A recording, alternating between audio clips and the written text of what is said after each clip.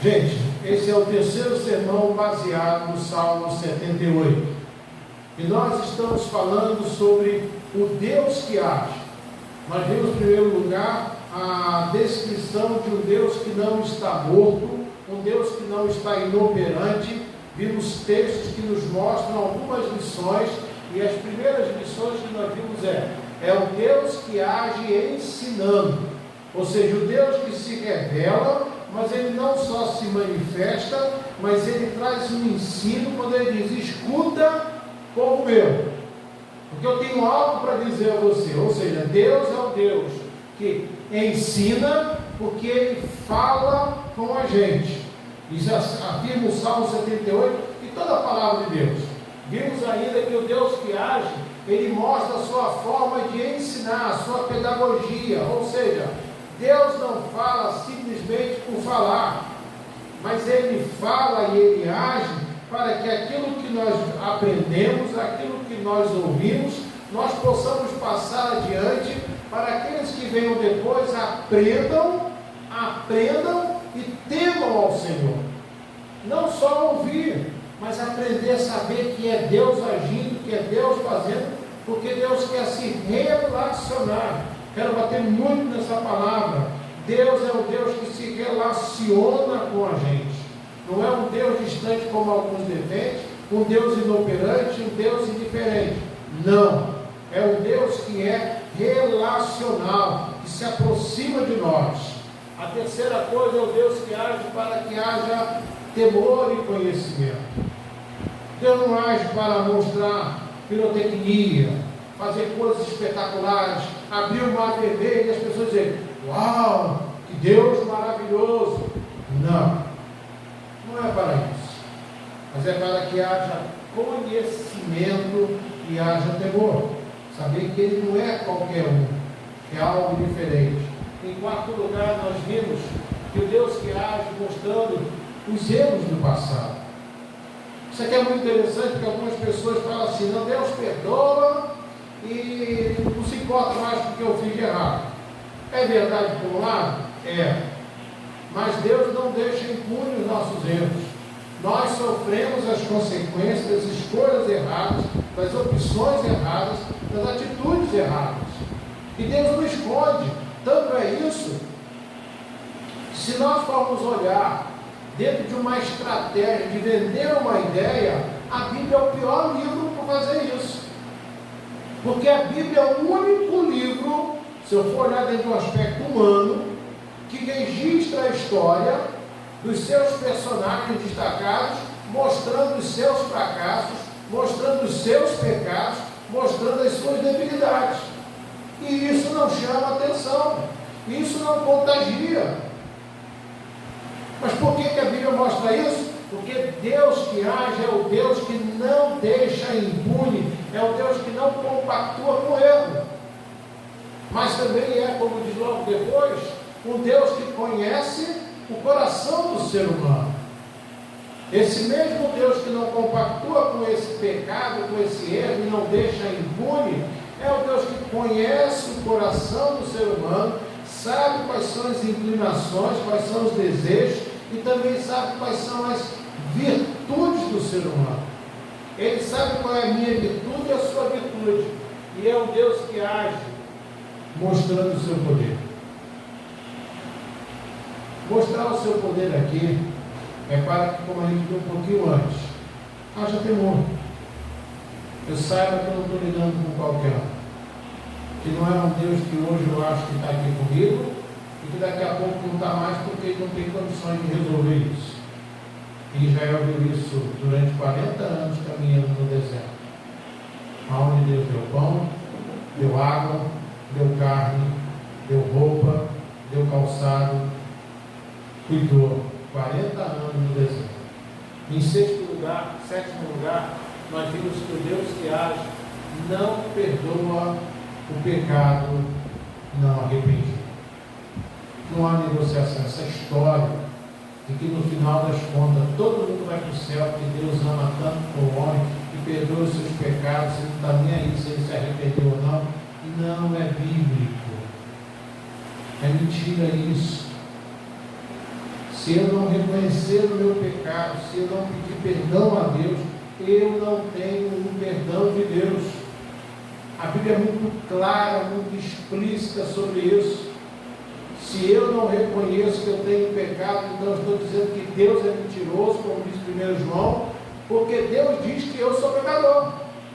Então Deus não compactua com isso, mas é o mesmo Deus que age com misericórdia. É o mesmo Deus que age com misericórdia, porque Ele sabe que o homem é fracassado, Ele sabe que o homem é tendente a pecar, Ele sabe que o homem é mais tendente, como diz a palavra, a sua própria palavra, que é aquele o bem que o homem deve fazer, ele não faz, mas o mal que ele não deveria fazer, o homem tem muito mais inclinação, muito mais desejo de fazer. Mas Ele é aquele que perdoa as nossas iniquidades, Ele é aquele que nos sara, Ele é aquele que tem sede, como nós vimos agora em Isaías, aquele que não tem dinheiro, não tem como comprar o pão, vinde as águas que são as águas de descanso, as águas de cura, de libertação. É o Deus que age com misericórdia, e é o Deus que age para cumprir as suas promessas. Deus não fica a êxito. Nós estamos hoje encerrando, na maioria das cidades brasileiras, são mais de 5.400 ou 5.500 municípios. A maioria delas hoje encerra o processo eleitoral. E infelizmente, esperamos que mude, a maioria das pessoas que foram eleitas, daqui a 4 anos vão estar pedindo seu voto, o nosso voto, e vão estar dizendo que não puderam fazer tudo, que comprometeram-se, que não tiveram condições, e a grande maioria absoluta não vai ter feito nada do que prometeu. Vai ter se envolvido em corrupção, vai ter se envolvido em desvio de dinheiro, vai ter se envolvido em rachadinha de salário, em tanta coisa desonesta. Por quê? Porque o homem não cumpre a sua promessa.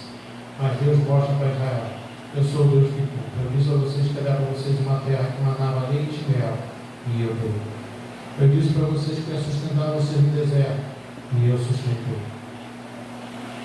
E eu disse para vocês que eu não seria compactuante com o pecado, e eu não fui. E por isso mesmo, que toda aquela geração que saiu do Egito, somente 2 entraram na terra prometida. Por quê? Porque, como diz a palavra, foram geração obstinada, fronte, cerviz dura, gente que, apesar de ver a glória de Deus, não creu nesse Deus. Nessa noite, encerrando essa série de sermões sobre o Salmo 78, eu queria conversar exatamente sobre isso. O Deus que age. E a primeira coisa que nós vamos ver é o Deus que age quebrando os paradigmas religiosos. Mas antes disso, eu queria ler uma parte aqui da introdução do nosso sermão, que a gente fala assim: o ser humano age desse jeito. Que jeito? O ser humano, ora, ele é intenso na sua fidelidade, e isso não só para o relacionamento conjugal, mas de amizade, de família, numa empresa. Somos extremamente dedicados, comprometidos, envolvidos, e de repente, de uma hora para outra, aquilo tudo acaba. Ou aquilo, por uma situação qualquer, desaparece. Ou por um momento, por um vacilo, aquilo quebra. Por que isso? Porque o ser humano, ele é assim devido ao seu afastamento de Deus. Foi quebrada a harmonia, a honestidade, a pureza do relacionamento foi quebrada. O homem desde então vive assim. O homem quer ser fiel, mas não consegue ser fiel, porque ele é muito mais tendente, citando agora aqui a carta de Paulo aos Romanos, a fazer aquilo que não quer, que sabe que é o errado, mas ele não quer fazer, mas ele acaba fazendo, e aquilo que ele sabe que é o certo, que ele deveria se alegrar em fazer, ele não consegue fazer, porque o seu coração é inclinado ao pecado. E quando a gente olha isso, a gente vê isso em todas as nossas situações. Todavia, a graça de Deus, ela é tremenda. A graça de Deus, ela é maravilhosa, porque Deus não age dessa mesma forma com a gente. E Deus não age dessa forma com a gente por quê? Porque Deus conhece o nosso coração, sabe o que há de bom e o que não presta. E é por isso que quando a gente vê a história de Davi, vê as atrocidades que Davi cometeu, mas também vê as coisas boas que Davi fez. A gente entende por que Deus diz: um homem segundo o meu coração. Olha que interessante, né? Deus fala que um adúltero, assassino, é o homem segundo o coração dele. Aí você pode pensar os olhos de Deus, que absurdo! E qualquer um de nós diria naquela época, que absurdo! Mas Deus conhecia o coração de Davi, sabia que Davi era muito mais do que um adúltero, e ele reconheceu o que era, do que um assassino, e ele reconheceu o seu pecado, do que um pai omisso, covarde, mas acima de todos os erros, ele era um homem que amava a Deus. E assim também nós somos. Nenhum de nós aqui presta, gente. Nenhuma das pessoas que vão estar vendo essa pregação pelo YouTube presta. Todos nós temos os nossos podres. Todos nós temos coisas que, de repente, se o esposo souber, se a esposa souber, se o filho souber, se o pai ou se a mãe souber que a gente gosta de fazer o que a gente faz, o que passa na nossa mente, e eu falar assim: mas você, algumas coisas nós executamos, outras não. Mas está no nosso coração, está no desejo, que muitas vezes é reprimido até pela consciência do que é pecado, mas que tem o desejo. E quando a gente olha para isso, a gente vê que a graça de Deus é maior, porque Deus conhece as nossas fragilidades. E por que Deus conhece as nossas fragilidades? Em primeiro lugar, porque foi Ele quem nos criou. Primeira coisa é isso. Deus conhece as nossas fraquezas porque Ele nos criou. Isso é muito interessante, gente, que a gente pode olhar e pensar assim: então Deus é culpado? Não necessariamente, porque Deus deu ao homem a capacidade de pensar. Há uns anos atrás nós compramos na nossa família um carro, um Fiat Palio, né? Um carro bom, e um ano depois que nós compramos, quando acabou a garantia, deu problema no ar-condicionado. Aí eu procurei uma empresa aqui em Cabo Frio, que era especializada em ar-condicionado, e o cara foi e falou comigo: tem quanto tempo o senhor comprou o carro? Eu falei: tem um ano. Pois agora 1 ano. Olha só, o senhor vai fazer o seguinte: o senhor vai lá na concessionária, vai conversar com o pessoal, na boa, o senhor conversa, pede para eles consertar. Se eles não consertarem, o senhor vem aqui, eu dou um laudo, o senhor vai processar a Fiat. Por que eu estou falando isso para o senhor? Porque todos os carros Fiat Palio desse modelo do senhor, com 1 ano, estão quebrando o ar-condicionado. E eles sabem disso. Quem chega lá, eles não criam problema, porque eles sabiam que ia dar esse problema, e eles estão trocando depois de 1 ano. Se uma fábrica de carro sabe que o produto que ela colocou daqui a 1 ano vai estar quebrando, imagina Deus que nos criou de forma tão bonita, e quando criou disse: é muito bom.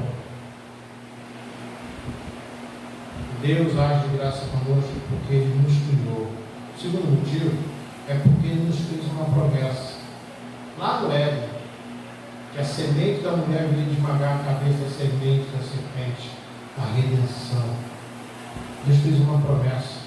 E em terceiro lugar, porque Deus conhece o nosso coração. Deus sabe que, apesar de sermos pecadores, Ele sabe o quanto nós amamos. Foi por isso que Ele perguntou 3 vezes para Pedro: Pedro, tu me amas? E é interessante a última resposta de Pedro, que é maravilhosa, quando Pedro se mostra totalmente rendido, e quando ele diz: Senhor, tu sabes todas as coisas. Aqui Pedro tem um ato de reconhecimento de que Jesus é Deus. Tu sabes todas as coisas, inclusive tu sabes que eu te amo. O Deus que age é o Deus que age quebrando os paradigmas do que a gente tem como padrão, os comportamentos religiosos. Do versículo 58 ao versículo 64, Nós lemos assim na palavra de Deus: pois provocaram com os seus altos, ou seja, com os seus altares, e o incitaram a zelos, com as suas imagens de escultura. Deus ouviu isso e se indignou, e sobremodo se aborreceu de Israel. Por isso abandonou o tabernáculo de Siló, a tenda da sua morada entre os homens, e passou a arca da sua força ao cativeiro, e a sua glória à mão do adversário. Entregou o seu povo à espada e se encolerizou contra a sua própria herança. O fogo devorou os jovens dele, e suas donzelas não tiveram canto nupcial. Os seus sacerdotes caíram à espada, e suas viúvas não fizeram lamentações. Gente, aqui é uma coisa muito interessante. Israel se confiava, Israel fazia as coisas, mas Israel sabia que havia no meio do seu povo símbolos da presença de Deus, do poder de Deus. Que símbolo era esse? O tabernáculo, o templo e a arca da aliança. Então eles tinham aquilo ali como uma presença de Deus, a manifestação do poder de Deus. Quando Deus descia em nuvem para se manifestar no deserto, com raios, trovões, ele sabia que Deus estava presente. E nessa confiança, o povo continuava fazendo suas coisas, porque é o seguinte: Deus está com a gente. Eu não preciso me preocupar. Como hoje em dia muitos de nós fazemos, que nós estamos até indo numa igreja, carregamos a Bíblia, mas não temos compromisso nenhum. E quando a coisa aperta, eu corro na igreja para orar, eu corro na igreja para pedir oração, eu peço ao pastor para orar por mim, eu peço para aquela irmã ou aquele irmão de oração para orar comigo, porque são meus símbolos religiosos. Eu abro a minha Bíblia no Salmo 90, ou então no Salmo 23, boto no meu carro o adesivo do Salmo 23, boto na minha casa, na minha moto, onde for, boto camiseta, boto no meu Instagram, boto no meu Facebook, porque são procedimentos religiosos que não têm poder algum, mas que eu acho que ao fazer isso, Deus vai me abençoar. E Deus não vai abençoar. Deus não vai abençoar porque Deus não está preso a esses paradigmas religiosos, que são práticas religiosas que demonstram muitas vezes que não há comprometimento nenhum da minha parte com aquilo que eu estou usando. A oração não é porque eu tenho prazer de falar com Deus, a oração é somente para pedir. O ler a palavra não é porque eu quero aprender de Deus, é porque eu quero ver qual é a promessa que Deus tem para mim. É mais fácil comprar a caixinha de promessa. Aí você nem precisa se preocupar muito lidando na Bíblia, vai direto na promessa. Deus quebra os paradigmas, que Ele vai mostrar para já o seguinte: olha, eu não preciso de templo, eu não preciso de arca, eu não preciso de raios caindo para mostrar o meu poder. Vocês não valorizaram nada disso, que era uma simbologia que eu dava para dizer para vocês: eu estou com vocês.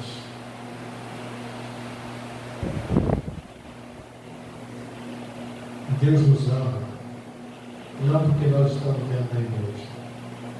Deus nos ama não é porque eu boto o meu rádio ou o meu telefone sincronizado no música evangélica, em pregação do reverendo Hernandes, do reverendo Jeremias, reverendo Guilhermino, seja lá quem for.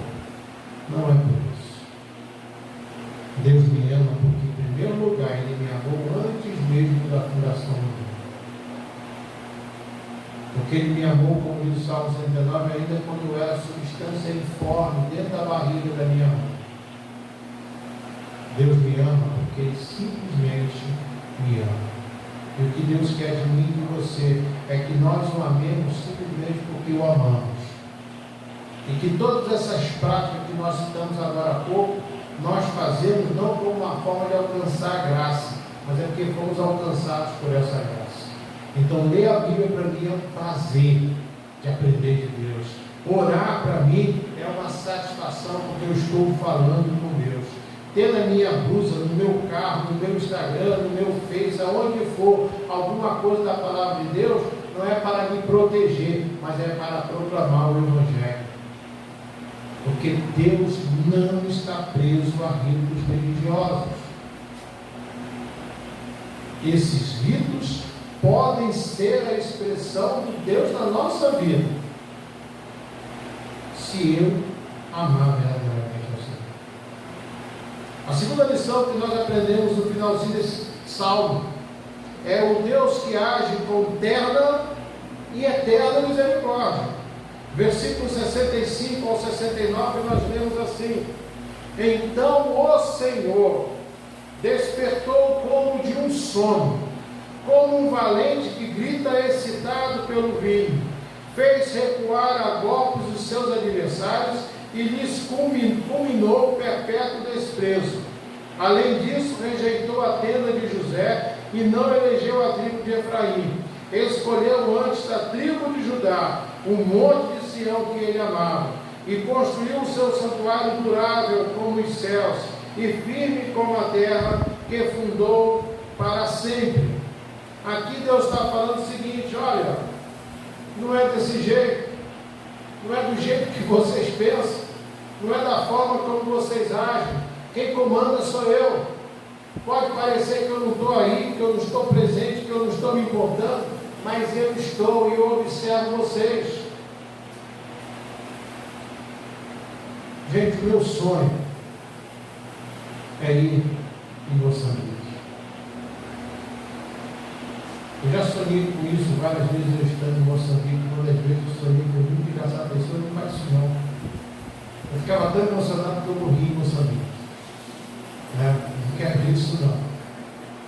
Mas eu tenho, às vezes, quando Maria Lúcia manda alguns vídeos, vê a igreja louvando, eu fico vendo como é Deus agindo. Porque não tem mágica, às vezes não tem porta, não tem som, mas tem uma alegria tremenda da presença de Deus. Aquele pessoal vibra com a presença de Deus, o pessoal canta com alegria, que muitas vezes nós não cantamos. Acho terrível quando às vezes a gente canta arrastado, moído, e a gente vê alegria entre as tribos indígenas, os povos da Ásia, em muitos outros lugares. Não é uma alegria de ficar pulando por pular. A gente vê no Brasil hoje muitas igrejas que o pessoal canta, parece que está num show da Anitta. É uma agarração, uma pulação, não tem nada de louvor. Se você filmar vários lugares diferentes, você vai ver o mesmo comportamento. É um rodopio que nem você vê no candomblé. São movimentos que você vê num terreiro de umbanda, que não tem nada a ver com o evangelho, que não tem nada a ver com o louvor, que não tem nada a ver com a adoração. É nítido, é claro, quando você vê o agir de Deus, o mover de Deus. E Deus não está preso a liturgias, Deus não está preso à história, Deus não está preso àquilo que nós consideramos como correto. A nossa igreja presbiteriana do Brasil tem o seu hinário, hinos bonitos, hinos gostosos de se cantar, ótimo, mas não é isso que manifesta a presença de Deus. Se tivermos corais, se tivermos grupo de louvor, pessoas cantando, duetos, tudo isso é ótimo, mas não é isso que manifesta a presença de Deus. Eu já contei aqui de uma senhora da minha igreja de origem, cantava muito mal, desafinada, esquecia a letra da música. Isso é um prato cheio para o adolescente cair na gargalhada e ficar rindo, mas nós não tínhamos coragem de fazer isso com Dona Cidália, porque nós sabíamos que Dona Cidália era uma pessoa honrada, uma pessoa, mulher de Deus, que a gente amava, admirava. Dona Cidália esqueceu da música, a gente cantava com ela,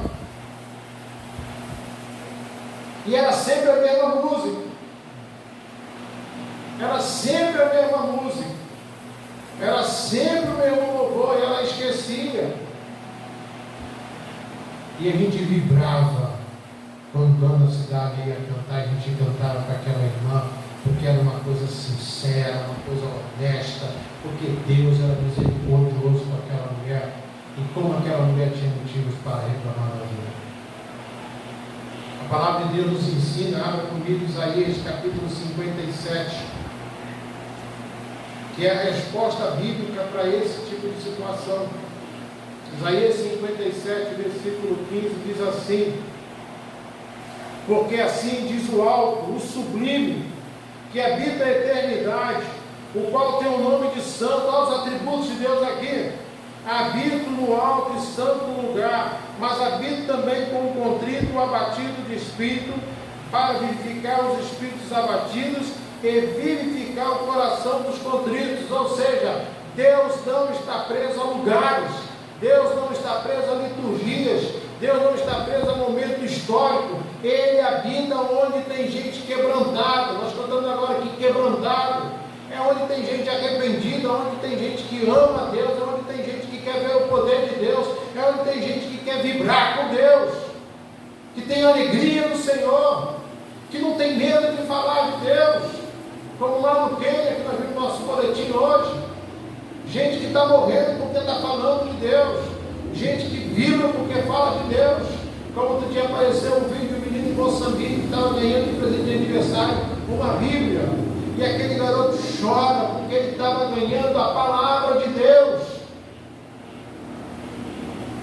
O Deus que age com terna e eterna misericórdia é o Deus que conhece o nosso coração, que sabe a sinceridade, sabe os nossos pecados, as nossas fraquezas, as nossas coisas terríveis, mas que conhece o nosso amor para com Ele e que diz: eu estou contigo.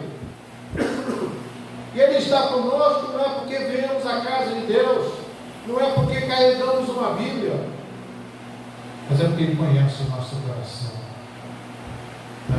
Como conhece o nosso coração. Em 1 Samuel, capítulo 15, abra aí comigo. Samuel fala uma coisa tremenda para o rei de Israel. Capítulo 15, versículo 21 ao 23.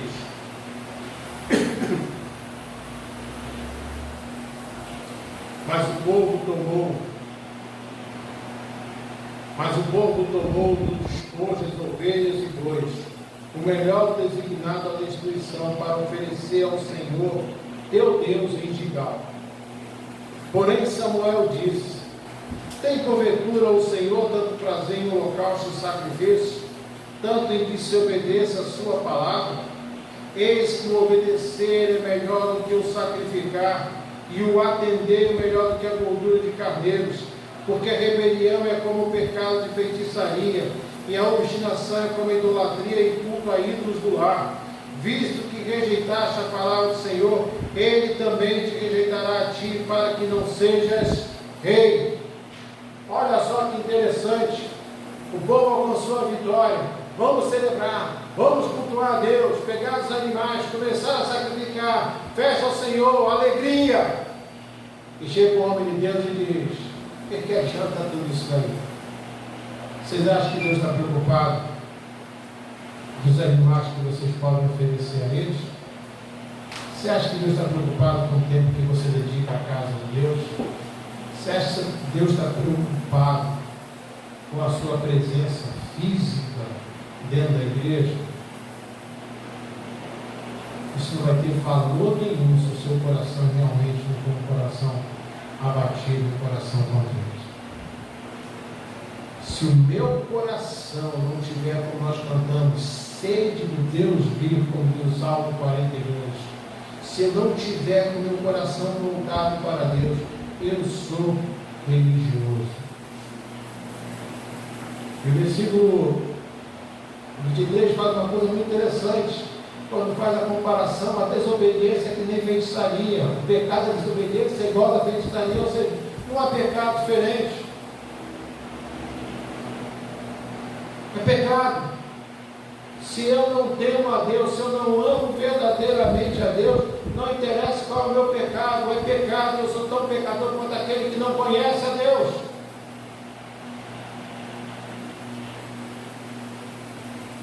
E alguns de nós esquecemos disso. Achamos que estamos protegidos por estar dentro da casa de Deus. Alguns de nós, a gente vê isso, por exemplo, é muito interessante, né? O paradoxal é tremendo, né?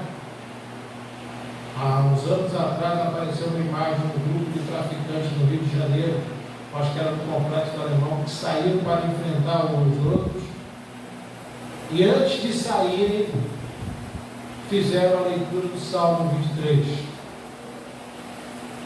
Recitaram o Salmo 23. E no final, em nome de Jesus, vamos ter a vitória. A vitória deles era matar o grupo rival. Todos os dois grupos contrários a eles. É usado de religiosidade. E nós muitas vezes fazemos isso também. E por último, o Deus que age, trazendo pessoas segundo o seu coração. Olha que coisa fantástica, versículo 70 a 72. Também escolheu a Davi, seu servo, e o tomou dos redis das ovelhas, tirou-o do cuidado das ovelhas e suas crias, para ser pastor de Jacó, seu povo, e de Israel, sua herança. E ele os apacentou consoante a integridade do seu coração, e os dirigiu com mãos precavidas. Salmo 139, texto muito conhecido, e agora nós até citamos um pouco dele, no versículo 1 ao 4, nos diz assim: Senhor, tu me sondas e me conheces, sabe quando me assento e quando me levanto, de longe penetras os meus pensamentos, esquadrinha o meu andar e o meu deitar, e conhece todos os meus caminhos. Ainda a palavra não me chegou à língua, e tu, Senhor, já a conheces toda. Esses dois textos aqui mostram uma coisa muito interessante, que a gente pode dizer que é um resumo do Salmo 78. Deus não está preocupado com a aparência. Davi era tão insignificante na sua família, que quando Samuel chega lá, nem coloca o Davi como filho. Despreza, está lá com as ovelhas, deixa ele lá, ele não serve para nada, ele é pequeno, ele é fraco, ele só é bonito. Cadê teus filhos, Jessé? Estão aqui. O próprio pai deixou Davi de lado. Davi foi largado de lado, foi deixado de lado, foi menosprezado pela família. E assim, muitas vezes, nós olhamos para algumas pessoas e fazemos a mesma coisa. Aquele não vai dar em nada. Aquilo ali não vai ter futuro nenhum. Aquilo ali não presta para nada. E esquece que lá, não insiste não. Não pode ser assim. Exatamente aquele que não tinha valor, aquele que era insignificante, era o homem que Deus tinha escolhido. Porque Deus, como é que diz o texto? Conhecia o quê? A integridade do seu coração. Já parou para pensar que você não presta? Que você não é melhor do que um irmão seu, do que uma irmã sua? Que você não é melhor do que seu marido, sua mulher, seu pai, sua mãe? Mas Deus te amou assim mesmo. Já parou para pensar que coisa espetacular é essa? De que Deus conhece o nosso coração, que Deus conhece a integridade. Olha só, essa palavra é tremenda, gente. Integridade, aquilo que é inteiro, aquilo que é íntegro. A palavra de Deus está dizendo no Salmo 78 que Deus conhecia a integridade do coração de Davi. Quando Davi não era nada, quando Davi não era nem candidato a nada, Davi era somente um pastor de ovelhas, que assim como José era desprezado pelos seus irmãos, que assim como José era esquecido pelos seus irmãos, que assim como José era ignorado pelos seus irmãos. Mas exatamente José, que Deus conhecia o coração, foi a quem Deus se revelou para mostrar a ele sonhos de coisas que haviam de acontecer no futuro.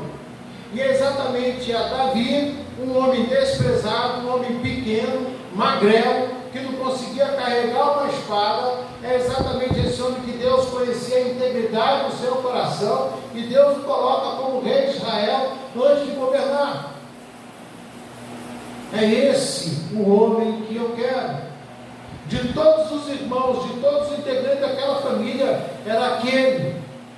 Como também nós fomos escolhidos por Deus, fomos predestinados pelo Senhor, porque Deus conhece a integridade do nosso coração, Deus tem um propósito nessa integridade, Deus nos salvou para sermos bênção para as nações, para sermos reis, sacerdotes, ministros do Senhor, para sermos bênção como foi Abraão. Abraão tinha uma família, mas de toda a sua família, Deus só chamou Abraão. Jesus tinha milhares de homens à sua época, mas ele só separou 12. Nós fomos eleitos por Deus, separados por Deus, porque Deus, conhecendo o nosso coração, Deus conhecendo a nossa integridade, Deus nos separou. Quais são os critérios de Deus? É problema de Deus, não é meu. Deus tem um propósito de estarmos na sua casa. Deus tem um propósito para as nossas vidas, como teve com Josué, como teve com Sofonias, como teve com Ageu, como teve com Zacarias, como teve com Timóteo, como teve com Paulo, como teve comigo e com você. Talvez as pessoas possam dizer que você é religioso. Talvez em alguns momentos você seja realmente religioso. Mas Deus conhece o seu coração. E sabe quando você é religioso, quando você é aquele coração quebrantado, contrito. Porque Deus conhece a integridade do meu e do seu coração. Deus que age, não age olhando as circunstâncias humanas. Por isso, Ele faz a água sair da rocha no meio do deserto. Ele faz ter pão e carne durante o dia e a noite, Ele guia o seu povo. É por isso que Ele pega de 5 pães e 2 peixes e multiplica para alimentar uma multidão. É por isso que Ele pega de anônimos, como aquela menina que foi levada para a Síria, para abençoar toda uma nação. É por isso que Deus usa eu e você para abençoar Deus. É por isso que Deus tem usado a igreja presbiteriana Tangará. Tão pouca gente tão desqualificada. Nós não somos qualificados, gente. Nós não temos preparação, nós não temos uma história assim tão grande. Nós temos aqui pessoas simples, com formações simples, pessoas que têm uma vida simples, que têm um ganho simples, casas simples, patrimônio simples, mas que Deus tem usado de forma tremenda. Que Deus tem usado de forma poderosa para comunicar o Evangelho, para alcançar pessoas. E é isso que Deus faz sempre. Por mais que eu possa ter um título de doutor, por mais que eu possa ter um título de pós-doutorado, isso é nada diante de Deus. Pode ser muito diante da sociedade, mas é nada diante de Deus. E são essas pessoas que Deus usa, aquele que tem um pós-doutorado e aquele que é analfabeto por completo. Porque Deus não se importa com o título ou a falta de título que a pessoa tenha, mas com o coração quebrantado, com o coração contrito, com o coração voltado para Ele.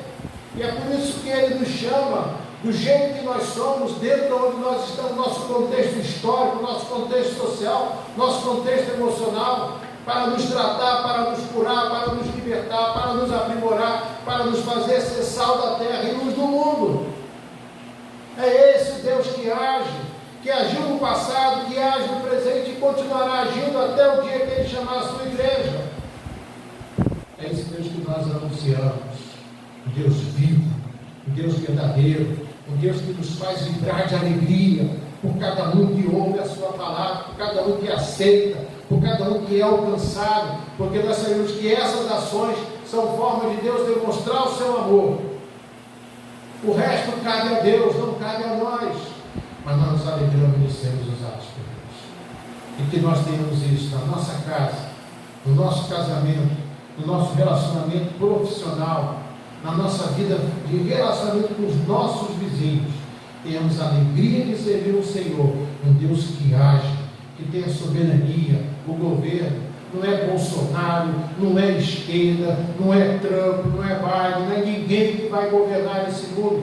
Quem governa o mundo é o Senhor, Deus, é Jesus Cristo, não é o homem. Por pior que seja o acontecimento, quem tem o governo absoluto é o Senhor. É Ele quem governa e Ele quem governará. Satanás não governará. Satanás não pode fazer nada do que Deus não permitir fazer. E as profecias estão aí para se cumprir. Quem tem ouvidos para ouvir, que ouça o que o Espírito diz à igreja.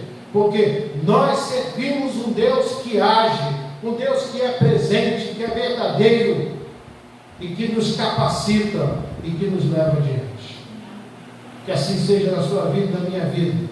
Todos os dias, enquanto houver fôlego de vida em nós temos a alegria de servir ao Senhor, que nos conhece, conhece a integridade do nosso coração e que nos quer fazer bênção para as nações.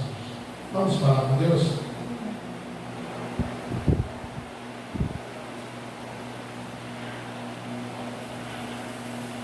Senhor, obrigado por tua palavra. Obrigado por toda a tua palavra, do Gênesis ao Apocalipse. Obrigado por essa ministração que fizemos na dependência do teu Espírito Santo. E é o Senhor que vai falar ao nosso coração.